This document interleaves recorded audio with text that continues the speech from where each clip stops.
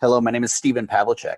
I'm a student at Bethel University working on a presentation of Transformative Learning, Challenges and Opportunities Within Four Cultures of the Academy, of course based on the book by Bergquist and Pollock, as a part of the educ807 class. To start out with a quote that you may have seen before or find familiar: theory is when you know everything but nothing works. Practice is when everything works but no one knows why. This is where theory and practice comes together. Nothing works and no one knows why. As a higher education leader, I think the first important consideration is to think about systems change. If we're talking about how to implement a new strategy, a new program, a new way of thought into an organization that has some sort of cultural paradigm, the thing we need to understand is those are fundamental patterns and processes of belief that are carried out in an institution. Or to say it better, a culture doesn't exist for itself. It exists to provide a context within which the primary intentions of the organization are fulfilled. At Impact Lives, we do a lot of work with creating context for transformation. One of the ways that we consider that is to understand the difference between the explicit and implicit conditions that allow for change to occur. Too many times we see people starting to make changes at the explicit level where the policies, practices, and resource flows are. If you recall from the module introduction by Dr. Taylor, the mental models are the things that exist below the surface or below the waterline. At Impact Lives, we have a saying that says, you need to understand and change the ego before you can change the ecosystem. Mental models exist in those fundamental beliefs, the fundamental assumptions, and the implicit ordering of how things go around here. When we are talking about changing things, we need to fundamentally help people cultivate a context to challenge their mental models. To move into the theory, my interview was with Dr. Ramon Pastrano, the CEO and founder. We try to create, at Impact Lives, ways to create and cultivate transformation, whether that be through leadership or whether that be in education. We have a high focus of working with adult learners and people who are very, very academically intelligent. So now that you have all that knowledge, how in the world can you challenge somebody to think in a different way through a different pattern?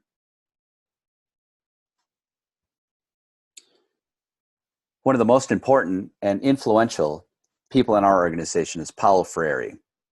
And this was a fundamental change in my own mental model of what education was meant to be. In Pedagogy of the Oppressed, Paulo Freire came up with the paradigm of banking, that students are passive learners, or they are vessels, and the job of the teacher is to fill that student up. Or in his exact words, education must begin with the solution, the teacher-student contradiction, by reconciling the poles of the contradiction so that both are simultaneously teachers and students. And the problem he sought was that we need to educate this, we need to liberate this model of education, which creates passive vessel learners.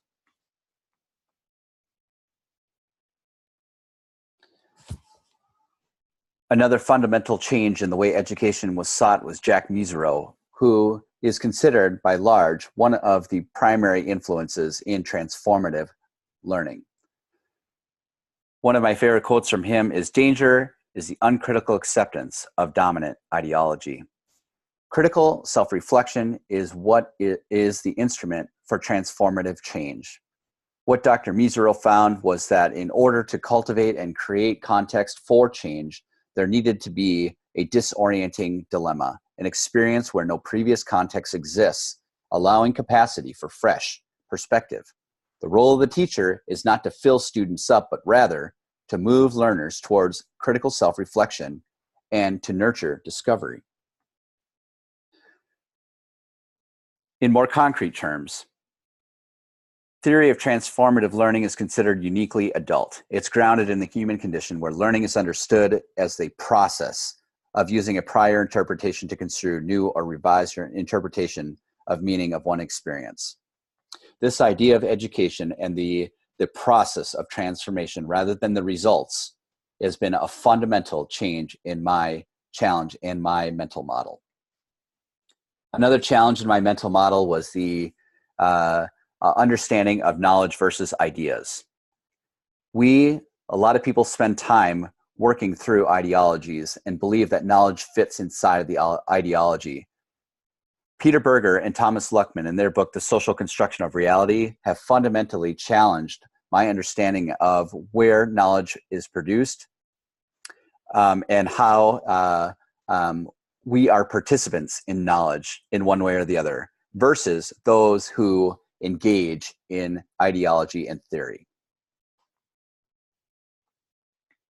Also, the idea of how meaning is made, that meaning is created and correlated within the social context. That if we used Dr. Milton Bennett's words, human observers are necessary in order to create knowledge. That there is nothing that exists outside of the way humans created the meaning of the knowledge.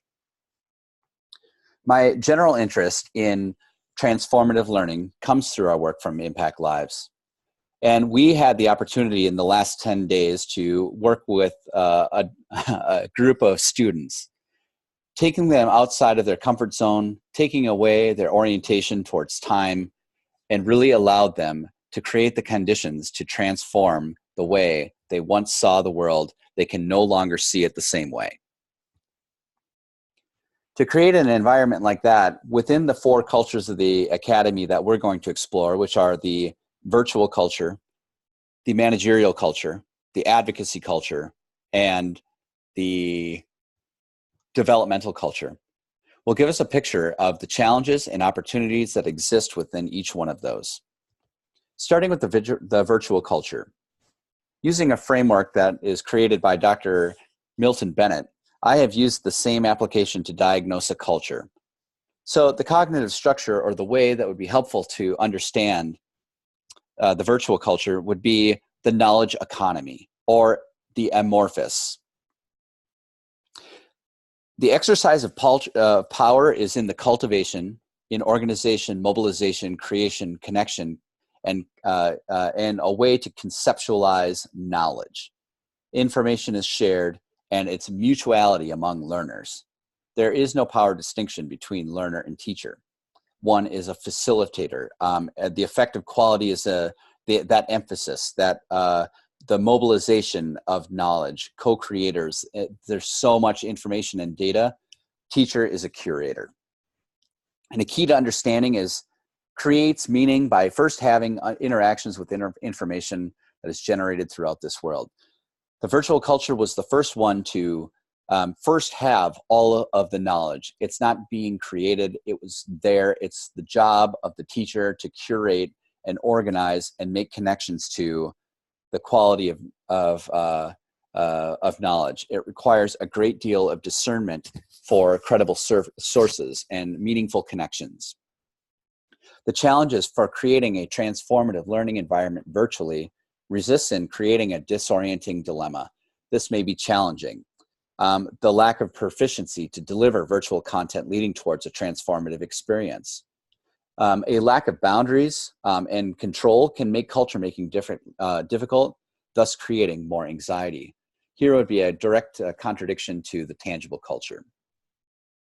And constantly negotiating with the other frames of culture can be both a challenge and an opportunity. However, there are many opportunities for transformative learning to thrive. Information literacy, promoting critical thinking and discernment of credibility. That convening of people seems like it's a natural way that the virtual culture provides that context. There's the virtual-based learning is very nonlinear. So the natural proclivity to co-create content, both on the participant and recipient, would be very conducive for allowing transformative experiences to emerge. Exploring the managerial culture.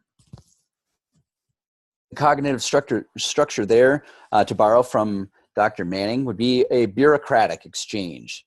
Her quote would be a place for everything and everything in its place. The exercise of power is very much top-down. It's a vertical power exchange. There's hierarchy, authority. It's a rational, legal, centralized power, consistency, standardization, clear and enforced boundaries, and most of all, control. The effective quality there is the emphasis on organization, function, compliance, effective and efficient managerial skills, whether that be time, people, or money, and professional students and instructional teachers. A key to understanding is the highest value is assigned at the instructional level to the learning of students, particularly learning assessed quantitatively and attributed specifically to a planned educational event. If I was to put something in direct conflict with what Paulo Freire was referring to, I would say that it would be most opposite of the managerial culture and the instruction-led and standardization of the educational experience. The challenges are many when considering creating transformative learning environments in the managerial culture. First of all, teachers teach and learners learn. Meaning in the organization is an implementation and evaluation that is directed towards goals and outcomes. Teachers have limited control of curriculum development, and the standards towards institutional design would really choke out any initiative there would be to create a transformative learning environment. However, there are a few, too. In fact, there's probably a few more, but the ones that I came up with would be to increase the quality of part-time faculty by encouraging outcomes that better align with organizational mission, and a desire for innovation and results, especially if they are resource-saving innovations.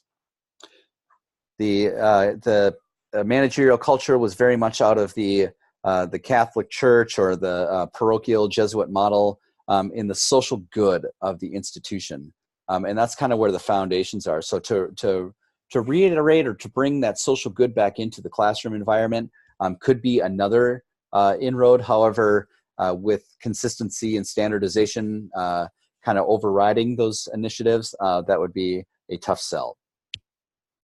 In the advocacy culture, the cognitive structure would be a mutually aggravated spirals, or tempered radicals, or justice seekers. The exercise of power here is collective bargaining.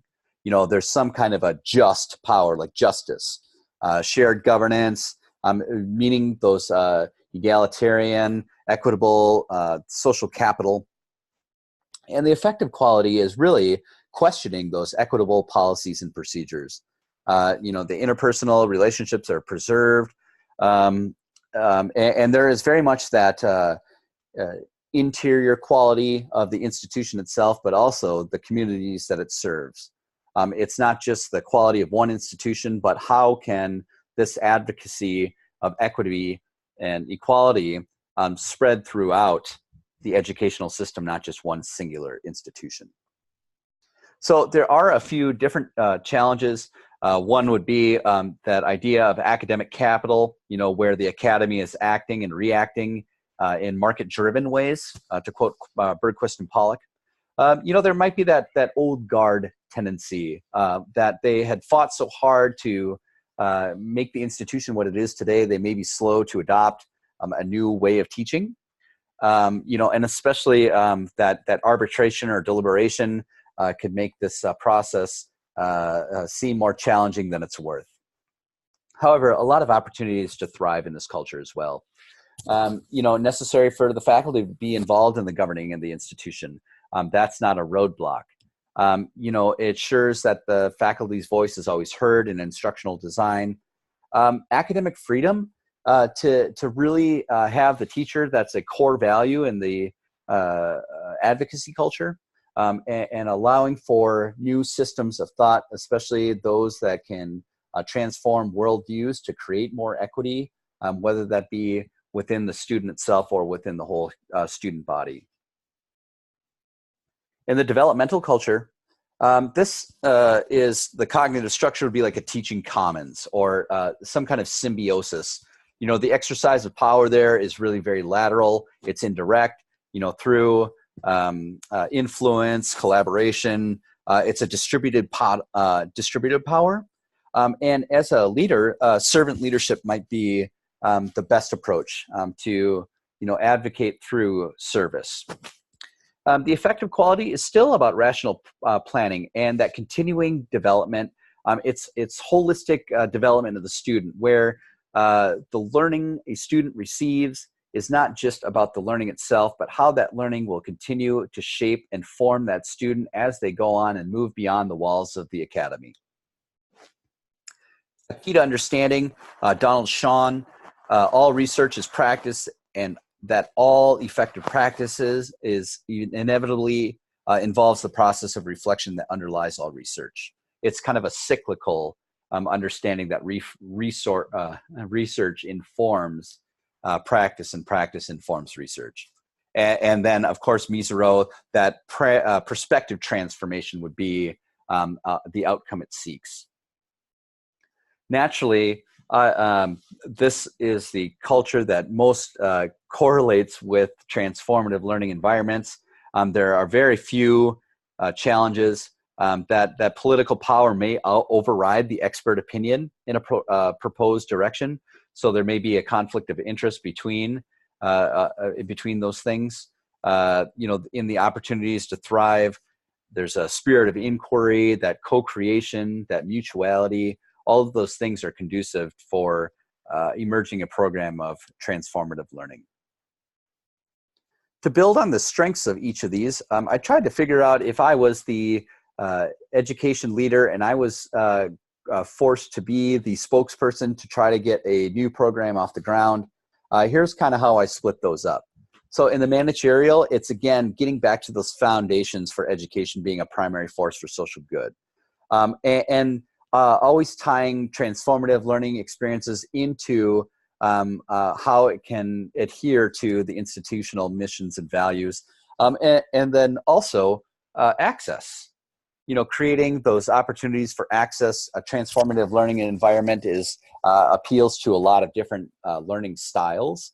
It's not just one rule to rule them all. In the virtual culture, that would be an appeal to being open to a variety of methods for gaining knowledge, such as innovation, an increased emphasis on critical thinking, and that student-learner co-creation.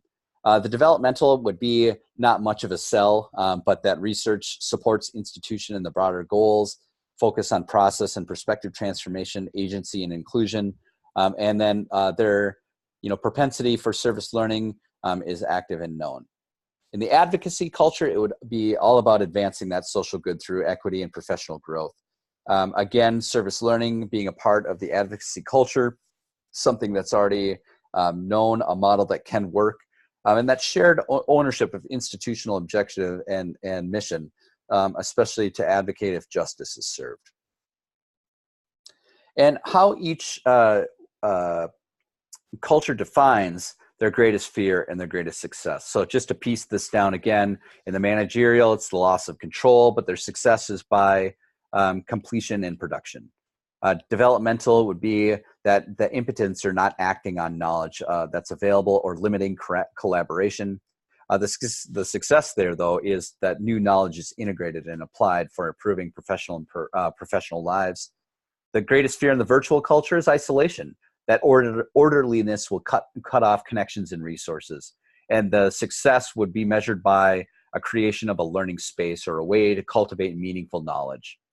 And advocacy, the greatest fear is losing faculty rights, exclusion, low community impact, and oligarchy.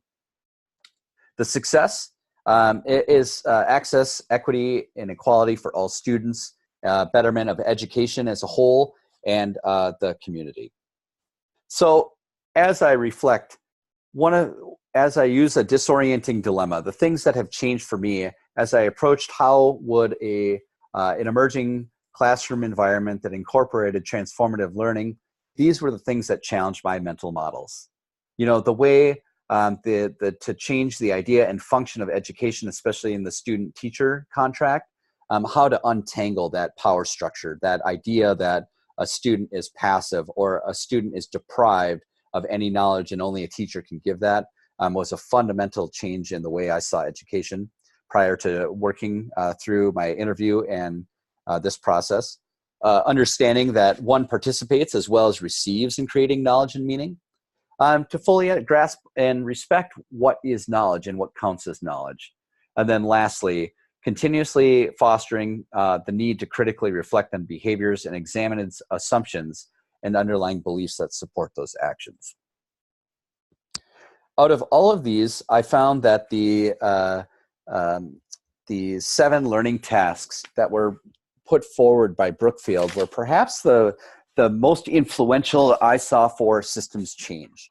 And the reason I like this is because it really gets to the point where you are challenging many different levels of that systems change circle diagram. In the first one, to challenge ideologies, or in my case, respecting knowledge-centric approaches. You know, it's to prevent from seeing somebody's true interests, you know, to continue to question that motivation, to contest hegemony, you know, those to serve power that work against the interests of the people. You know, the unmasking of power, you know, how is power exercised, overcoming alienation. He writes to that, you know, that authenticity and that agency, creating that context for or social shape. The learning liberation, you know, to get to question that fixed mindset or ideological domination, as Jack Mesereau wrote at the beginning. To reclaim reason. Now, this is an interesting one because it's not reclaiming reason for justification, but rather using reason as a tool for examination. And then lastly, to practice democracy. You know, where can we, you know, after all of these things are untangled, how do we use democracy as a way to appeal to those power structures that exist? That is the end of my presentation. Just want to leave you with a few more things. Transformative learning is one of the neatest things, and we have seen it over and over again with adult learners, creating those resources that really challenge. And you can see kind of an upsetting pattern when true transformation happens, and when that disorienting dilemma hits, it really creates an environment for people to absorb and really begin to question the assumptions that they once had.